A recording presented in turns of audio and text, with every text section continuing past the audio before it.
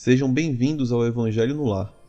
Não se esqueça de se inscrever no nosso canal, curtir e compartilhar esse vídeo com seus entes queridos e deixar seus comentários e pensamentos. Juntos, vamos trilhar esse caminho de luz, nos conectando com Deus e os espíritos superiores, em um momento de muito amor fraterno. Prece inicial. Agradecemos a Deus e ao nosso Mestre Jesus pela oportunidade. Pedimos para que Deus ilumine a todos os encarnados e desencarnados que irão participar desse estudo do Evangelho. Que os nossos amigos do plano superior possam nos acompanhar e instruir nesse estudo. Que a vibração do nosso Mestre Jesus possa ser sentida por todos que estão agora participando. Que assim seja. Os laços de família são fortalecidos pela reencarnação e rompidos pela unicidade da existência. Capítulo 4. Ninguém pode ver o reino de Deus se não nascer de novo. Os laços de família não são destruídos pela reencarnação, tal como pensam algumas pessoas. Ao contrário, são fortalecidos e entrelaçados. O princípio oposto, sim, é o que os destrói. Os espíritos formam no espaço grupos ou famílias, unidos pela afeição, simpatia e semelhança de tendências. Esses espíritos, felizes por estarem juntos, procuram-se. A encarnação apenas os separa momentaneamente, pois, após sua volta à erraticidade, reencontram-se como amigos que retornam de uma viagem. Às vezes, uns seguem a outros juntos na reencarnação, em que se reúnem numa mesma família, ou num mesmo círculo, trabalhando juntos para o seu mútuo adiantamento. Se uns estão encarnados e outros não, nem por isso deixam de estar unidos pelo pensamento. Os que estão livres preocupam-se com aqueles que estão encarnados, cativos da carne. Os mais adiantados procuram fazer progredir os que se atrasam. Após cada existência, terão dado mais um passo na busca da perfeição. Cada vez menos ligados à matéria, seu afeto é mais vivo, por isso mesmo mais puro, e não é mais perturbado pelo egoísmo, nem pelo arrastamento das paixões. Podem, assim, percorrer um número ilimitado de existências corporais sem que nada afete sua mútua afeição. Deve-se entender que se trata aqui da verdadeira afeição de alma a alma, a única que sobrevive à destruição do corpo, pois os seres que se unem na Terra só pelos interesses materiais não têm nenhum motivo para se preocuparem no mundo dos espíritos. Apenas as afeições espirituais são duráveis. As afeições carnais acabam com a causa que as fez nascer, e essa causa não existe mais no mundo dos espíritos, ao passo que a alma sempre existe. Quanto às pessoas unidas só por interesse, realmente não são nada mais umas para as outras. A morte as separa na terra e no céu. A união e a afeição que existe entre os parentes são sinais da simpatia anterior que os aproximou. Por isso se diz, ao falar de uma pessoa cujo caráter, gostos e inclinações não têm nenhuma semelhança com os de seus parentes, que ela não é da família. Ao dizer isso, declara-se uma verdade maior do que se acredita.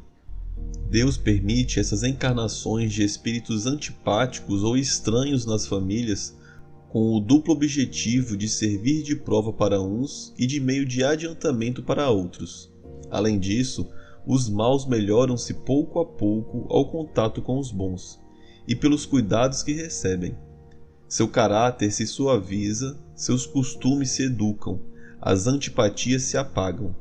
É assim que se estabelece a união entre as diferentes categorias de espíritos, como se estabelece na Terra entre as raças e os povos. O temor de um grande aumento da parentela em consequência da reencarnação é um temor egoísta, que prova não se sentir um amor suficiente desenvolvido para alcançar um grande número de pessoas. Um pai que tem muitos filhos os amaria menos do que se tivesse apenas um? Mas que os egoístas se tranquilizem, esse temor não tem fundamento. Supondo que um homem tenha tido 10 encarnações, isso não significa que ele encontrará no mundo dos espíritos 10 pais, 10 mães, 10 esposas e um número proporcional de filhos e de novos parentes. Reencontrará apenas aqueles a quem amou, os quais esteve ligado na terra por laços de parentesco ou de algum outro modo. Vejamos agora as consequências da doutrina anti-reencarnacionista. Essa doutrina nega com toda certeza e de forma categórica a pré-existência da alma. Acontece que, se as almas fossem criadas ao mesmo tempo que os corpos, nenhum laço anterior existiria entre elas. Seria, portanto, completamente estranhas umas às outras. O pai seria estranho ao seu filho, e deste modo a filiação das famílias se encontraria reduzida apenas à filiação corporal, sem nenhum laço espiritual. Resultaria que não haveria nenhum motivo para se orgulhar por ter tido como antepassados tais ou tais personagens ilustres. Com a reencarnação, ascendentes e descendentes poderão já ter se conhecido, ter vivido juntos, se amado e poderão se reencontrar noutras encarnações para estreitar seus laços de simpatia. Isso tudo em relação ao passado. Quanto ao futuro, de acordo com alguns dogmas fundamentais que resultam da não reencarnação, a sorte das almas estaria irrevogavelmente fixadas após uma única existência. A fixação definitiva da sorte da alma resultaria na interrupção de todo o progresso, pois desde que se considere que há progresso, já não há mais sorte definida, marcada. Conforme tenham vivido, bem ou mal, eles vão imediatamente para a morada dos bens-aventurados, ou para o inferno eterno. Assim elas são imediatamente separadas para sempre, e sem esperança de algum dia se aproximarem. De tal modo que pais, mães, filhos, maridos e esposas, irmãos, irmãs, amigos, nunca terão a certeza de se reverem. Significa a mais completa quebra dos laços de família. Com a reencarnação e o progresso, que é a sua consequência, todos os que se amaram se reencontram na terra e no espaço, e progridem juntos para chegar até Deus. Se falharem no caminho, retardarão seu adiantamento e sua felicidade, mas nem por isso suas esperanças estarão perdidas. Ajudados, encorajados e amparados por aqueles que os amam, um dia sairão do lamaçal em que se afundaram. Enfim, com a reencarnação, há a eterna solidariedade entre os encarnados e os desencarnados, do que resulta o estreitamento dos laços de amor. Em resumo, são apresentadas 4 alternativas para o homem sobre o seu futuro de além-túmulo. Primeira, o nada, conforme afirma a doutrina materialista. Segundo, ser integrado ao todo universal, conforme afirma a doutrina panteísta. Terceiro, a individualidade da alma, com a fixação definitiva do destino, de acordo com a doutrina da Igreja. Quarto, a individualidade da alma, com o progresso ao infinito, conforme a doutrina espírita. De acordo com as duas primeiras, os laços de família são rompidos após a morte e não há nenhuma esperança de reencontro. Com a terceira, há chance de se rever, contanto que se esteja no mesmo lugar, que pode ser o inferno ou o paraíso. Com a pluralidade das existências, que é inseparável da progressão contínua, existe a certeza de que as relações entre aqueles que se amaram não se interrompem, e é isso o que constitui a verdadeira família. Vamos aos comentários.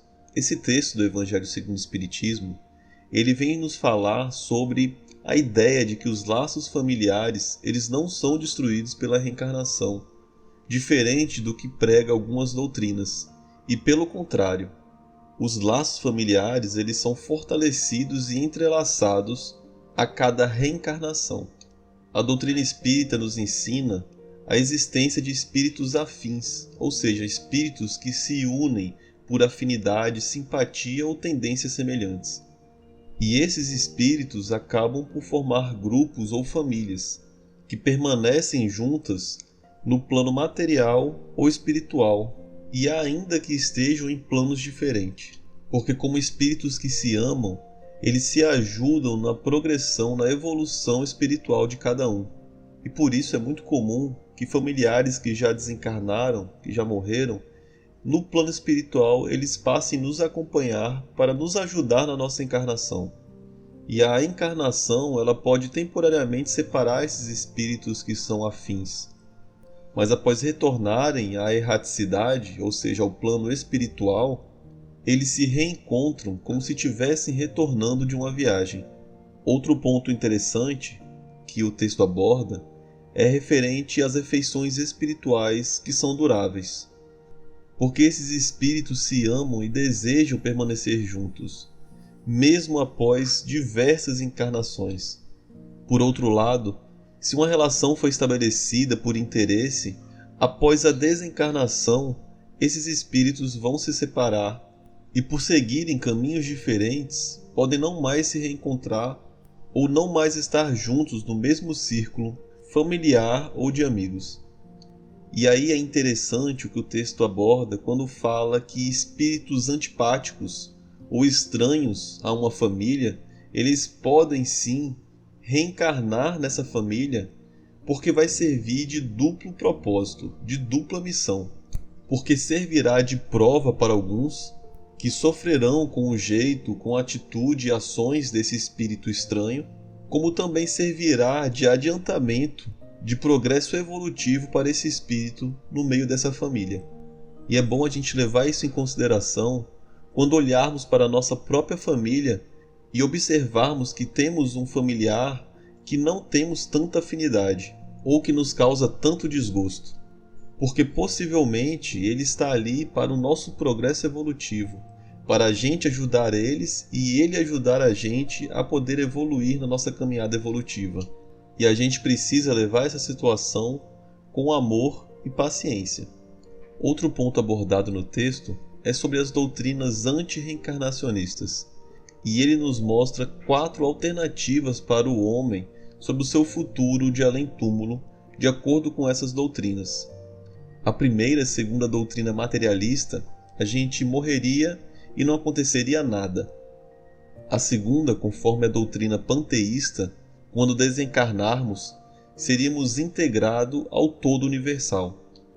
A terceira, conforme a doutrina da Igreja, devido à unicidade de existência e individualidade da alma, seria fixado definitivamente o nosso destino de acordo com o que fomos em vida, e iríamos para o céu ou para o inferno, com a permanência definitiva nesses lugares. E por fim, a doutrina espírita, que ela nos mostra que a reencarnação sendo necessária para o progresso e evolução desse espírito, até se tornar espíritos puros. E aí o texto ele fala que com essas 2 primeiras alternativas, os laços da família eles seriam rompidos após a morte e não teria nenhuma chance de ter um reencontro entre esses familiares. Já com a alternativa da doutrina da Igreja, os espíritos eles poderiam se reencontrar desde que esteja no mesmo ambiente, ou seja, no céu ou no inferno. Mas a doutrina espírita vem nos ensinar sobre a pluralidade das existências e que é ligada com a progressão contínua dos espíritos. Então, por mais que um espírito dê uma vacilada em uma encarnação e sofra as consequências disso após desencarnar, ele não ficará eternamente preso em um lugar devido a isso, e poderá voltar à sua família espiritual e continuar progredindo e evoluindo na sua caminhada evolutiva. Então, meus amigos, a relação dos espíritos que se amam de verdade, elas não se interrompem ao desencarnar ou pela separação de planos, seja no material ou espiritual. Elas se fortalecem ainda mais, e é isso que constitui a verdadeira família. Com isso encerramos os comentários. Se quiser fazer o seu, pause o vídeo e depois retorne. Vibrações. De olhos fechados, vibremos em harmonia por muito amor, paz e equilíbrio para toda a humanidade.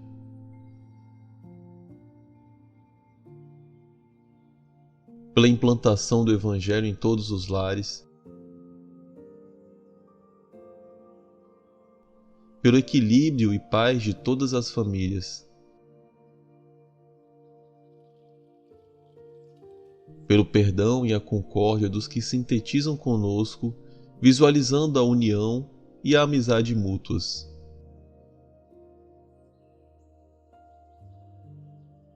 pela cura e sustentação dos familiares e amigos, pelos presentes na reunião, pelos familiares e amigos desencarnados,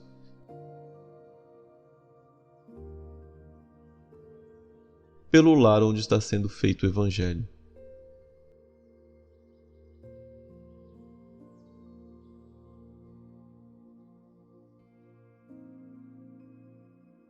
Prece final. Agradecemos a todos que participaram neste Evangelho, principalmente nossos benfeitores espirituais que nos assistiram e guiaram para um bom entendimento. Pedimos que nos ajudem a pôr em prática os ensinamentos do Evangelho aqui aprendidos e que possamos nos sentir fortificados na prática do bem e do amor ao próximo. Desejamos aos nossos irmãos sofredores a ajuda necessária para o seu adiantamento e o perdão por qualquer falha que podemos ter cometido com eles.